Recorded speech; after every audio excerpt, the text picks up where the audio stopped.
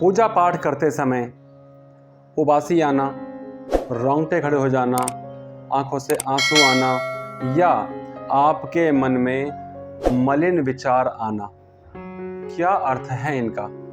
क्या ये आपके सकारात्मक ऊर्जा का फल है या ये आपकी नकारात्मक ऊर्जा का फल है?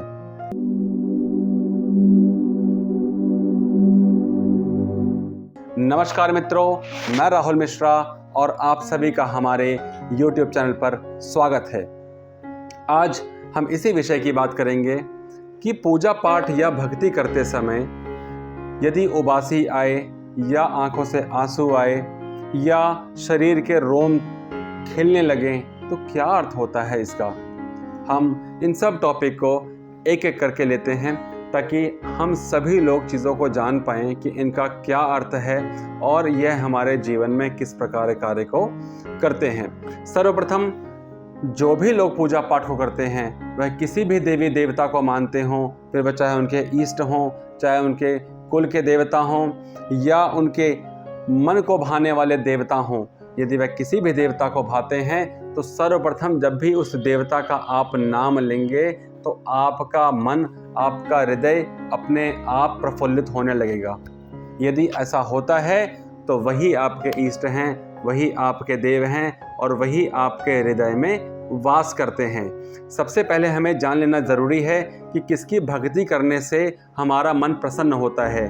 तो जिसकी भक्ति में या जिसका नाम सुमरने से भी हमारे अंतर मन को शांति प्राप्त हो वही हमारा इष्ट है और उन्हीं का ही नाम, जप, पाठ, पूजा हमें करनी चाहिए। इसमें प्रायः कोई विशेष कुंडली की बात नहीं कि हमारी कुंडली में कौन सा योग है, कौन से भगवान हमारी सहायता करेंगे। सहायता वही परमपिता परमात्मा करता है, वह किसी भी रूप में आके सहायता करता है जो आपके हृदय में वास करे और जिसकी पूजा भक्ति करने से आपका मन लगे। जब भी हम कोई पूजा पाठ करते हैं तो पूजा पाठ के कुछ नियम माने गए हैं। पहले हमारे पुराणों में, हमारे ग्रंथों में बताया गया है कि पूजा पाठ आप एकांत में करें, शांति में करें। वह क्यों बोला गया?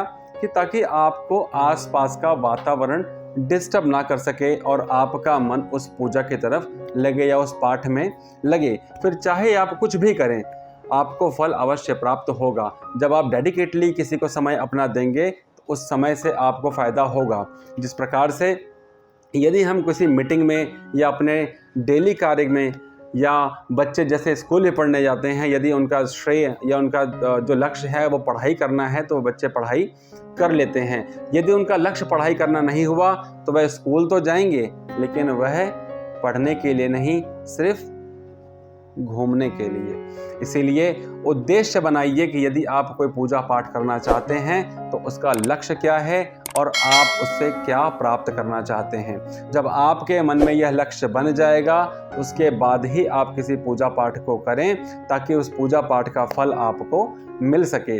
अब हम बात करते हैं लक्षणों की। जब आप एक स्थान पर बैठकर, कोई भी स्थान हो, आप पूजा पाठ करते हैं, किसी आसन पर बैठकर या किसी कुर्सी पर बैठकर या जिस भी अवस्था में आप हैं अपने पूजा पाठ को करना प्रारंभ करते हैं तो एक लक्षण आता है आपके शरीर में। लक्षण क्या है? कि जैसे ही आप उस परमात्मा का नाम लेंगे आपके रोम रोम खिल उठते हैं, रोम रोम अपने आप प्रफुल्लित होने लगते हैं। यदि ऐसा होता है तो आपकी पूजा सकारात्मक रूप में है और आपके देव या उन देव के दूत या उनकी सूक्ष्म तरंगे आपके पास आती हैं। किस लिए? जब आप पूजा पाठ करते हैं अर्थात आपके शरीर में वह तरंगे हैं, आपकी वो फ्रिक्वेंसी अपने परमात्मा से मैच हो रही है। अगर आपकी फ्रिक्वेंसी मैच होती है तो अर्थात आप जो भी पूजा पाठ कर रहे हैं उसका फल आपको मिलेगा। तो यदि आपके शरीर के रोम भर जाते हैं तो यह एक सकारात्मक लक्षण है कि आप अपने परमपिता परमात्मा जिसका भी आप ध्यान कर रहे हैं वह आपको प्राप्त होंगे या उनका अंश या उनका तत्व या उनकी तरंग आपके आसपास है जो आपको, आपके शरीर को उनका नाम लेते ही प्रफुल्लित कर देती है। दूसरी बात करते हैं, कुछ लोग पूजा पाठ करते समय आंखों से उनके आंसू आना शुरू हो जाता है, उनका रोने का मन करने लगता है। यह क्या है? देखिए, यदि आप पूजा पाठ करते समय आपके आंखों से अश्रु अपने आप आने लग जाएं, आपका जो मन है अपने आप उसमें भावुकता पैदा हो जाए, तो यह भक्ति है। अर्थात उस परमपिता परमात्मा से जिसको भी आप भज रहे हैं, उनका मन या आपका मन उनके हृदय में लग गया है और आपका ध्यान उनके प्रति है। इसीलिए आपके मन में जो भी द्वेष भावनाएं होती हैं या जो विकार होता है, वह अश्रु के रूप में बाहर आना प्रारंभ हो जाता है। बहुत सारे ज्ञानियों ने, बहुत सारे लोगों ने अपना अलग अलग मत इस पर दिया है, लेकिन जो मेरा मत है या जो हमने अपने गुरुओं से जाना और सीखा है, वह मत यही कहता है कि जब आप भक्ति में जाते हैं और भक्ति में जाने से पहले जब आपके मन के अंदर जितनी भी कटुता है, यदि वह समाप्त हो जाए और पूर्ण रूप से समर्पण पैदा हो जाए, तो आपके आंखों से अपने आप अश्रु आना प्रारंभ हो जाते हैं। और यह लक्षण यदि होता है तो यह भी सकारात्मक लक्षण है, जिसके कारण आप परमपिता परमात्मा की सेवा को प्राप्त कर सकते हैं।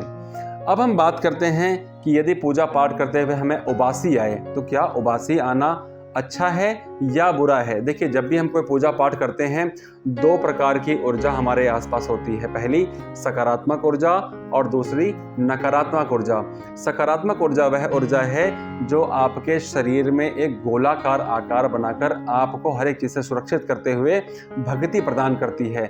और नकारात्मक ऊर्जा क्या? नकारात्मक ऊर्जा वह जो आपको उस पूजा स्थान पर बैठने ही ना दे। आपका मन अपने आप चंचल होकर किसी और कार्य में जाने लगे या अपने इष्ट के प्रति आपकी थोड़ी देर बैठने के बाद इच्छा ही खत्म हो जाए कि नहीं, अब बस मेरे से नहीं हो पाएगा। तो जिस व्यक्ति में नकारात्मक ऊर्जा होगी, उसके मन में ऐसे विचार आएंगे। और यदि आपको उबासी आती है, देखिए, यदि आपको छोटी छोटी उबासियां आती हों तो यह पॉजिटिव लक्षण है, यह सकारात्मक लक्षण है। लेकिन यदि आपको लंबी लंबी उबासियां आने लगें तो वह सकारात्मक लक्षण नहीं है, अर्थात वह नकारात्मक लक्षण है जो आपके शरीर में विद्यमान है और इसे जाने में समय लगेगा। यदि आप अपनी पूजा पाठ को नियमित रूप से करते रहेंगे, लगातार करते रहेंगे, थोड़ा थोड़ा अभ्यास करते रहेंगे, तो यह नकारात्मक ऊर्जा अपने आप समाप्त हो जाती है। देखिए, किसी भी व्यक्ति के पास जाने से अच्छा है कि आप अपने इष्ट पर ध्यान दें, क्योंकि आपका इष्ट ही आपको सब कुछ देने वाला है। कोई बाबा, कोई व्यक्ति आपको कुछ प्रदान नहीं करेगा, लेकिन यदि आपको अपने इष्ट पर भरोसा है तो वह सब कुछ आपको देगा। तो हमने क्या समझा कि यदि छोटी छोटी उबासियां आती हैं तो वह आपके लिए कौन सी लक्षण है? वह सकारात्मक लक्षण है। और यदि आपकी उबासियां बड़ी बड़ी हों तो वह नकारात्मक लक्षण माना गया है। यदि आपका शरीर भारी हो जाता हो, पूजा पाठ करते हुए आपको लगता है कि आपका शरीर भारी हो गया और उठने में दिक्कत है, इसका मतलब आपके शरीर में नकारात्मक ऊर्जा है। और यदि आपका शरीर बिल्कुल हल्का हो जाए पूजा करने के बाद और मन करे कि मैं और पूजा करूं या और एक दो माला और कर लूं, तो इसका मतलब आपके साथ अपने परमात्मा की पॉजिटिव तरंग जुड़ने लग गई है और आपको वह शुभ फल प्रदान करने लगी है। क्योंकि जब भी हमारे साथ शरीर भारी हो, अर्थात आपके शरीर में अभी नकारात्मक ऊर्जा है और उसको साफ होने में समय लगेगा। तो इसका उपाय क्या? उपाय सिर्फ एक, ये अपने परम पिता परमात्मा का नाम जप करते रहें।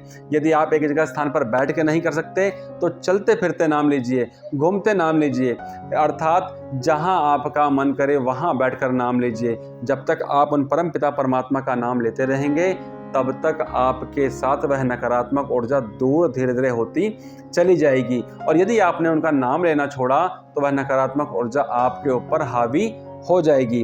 और एक यही कारण है कि आज बहुत सारे लोग नकारात्मक और सकारात्मक ऊर्जा के बीच में फंसे हुए हैं। यदि सकारात्मक ऊर्जा होगी तो आपकी भक्ति पूजा अपने आप बढ़ना प्रारंभ हो जाएगी, और यदि आपकी नकारात्मक ऊर्जा होगी तो आप भूत, प्रेत, पितृ आदि बाधाओं में फंसे रहेंगे। आप किसी के पास भी जाएंगे तो वो आपको इन्हीं प्रकार के लक्षणों को बताते हुए कहेंगे कि आपके साथ दोष है। दोष का सिर्फ एक ही उपाय है, एक ही उपाय। उपाय क्या? अपने इष्ट की सेवा, अपने इष्ट का ध्यान। जिसको भी आप भजते हैं, जिसको भी आप पूजते हैं, उनमें पूर्ण रूप से श्रद्धा पैदा करें। जब आप पूर्ण रूप से उनमें अपने आप को विलय कर लेंगे तो आप अपने आप ही पवित्र बनकर सामने उपस्थित हो जाएंगे, अर्थात आपके अंदर वह सभी सकारात्मक ऊर्जा आपके अंदर आएगी और उन परमपिता परमात्मा की कृपा आपको प्राप्त होगी जिसके निमित्त आप इस कार्य को कर रहे हैं। शरीर के रोंगटे खड़ा होना पॉजिटिव है, उबासी आना, छोटी उबासी पॉजिटिव, बड़ी उबासियाँ नेगेटिव, शरीर भारी हो जाना नकारात्मक ऊर्जा, शरीर बिल्कुल हल्का हो जाना पॉजिटिव ऊर्जा है। अधिक माला करने का मन करना, ध्यान को और केंद्रित करना, यह पॉजिटिव संस्कार हैं या पॉजिटिव लक्षण है। और यदि आप पूजा करने बैठे और 2-4-5 मिनट में ही आपका मन उबरने लगे तो वह नकारात्मक है। आशा करता हूँ कि इस वीडियो के माध्यम से आप जान सकेंगे कि आपकी जो पूजा पाठ है वह नकारात्मक है या सकारात्मक है, और यदि नकारात्मक है तो उसको सकारात्मक में किस प्रकार बदलनी है। फिर मैं कहता हूँ सिर्फ एक ही माध्यम है, क्या? अपने ईष्ट में पूर्ण रूप से विश्वास कर लेना। देखिए, ईष्ट एक ही रखेंगे तो आप फायदे में रहेंगे। ईष्ट को बदलते रहेंगे कि आज ये, कल वो, परसों दूसरे, तो उससे आपको लाभ होने वाला नहीं है। किसी एक में पूर्ण श्रद्धा के साथ, पूर्ण विश्वास के साथ उनकी पूजा भक्ति करिए और उसी में ही आपका कल्याण होना निश्चित है। वीडियो को देखने के लिए बहुत बहुत धन्यवाद। आपका दिन शुभ हो। जय श्री सीताराम।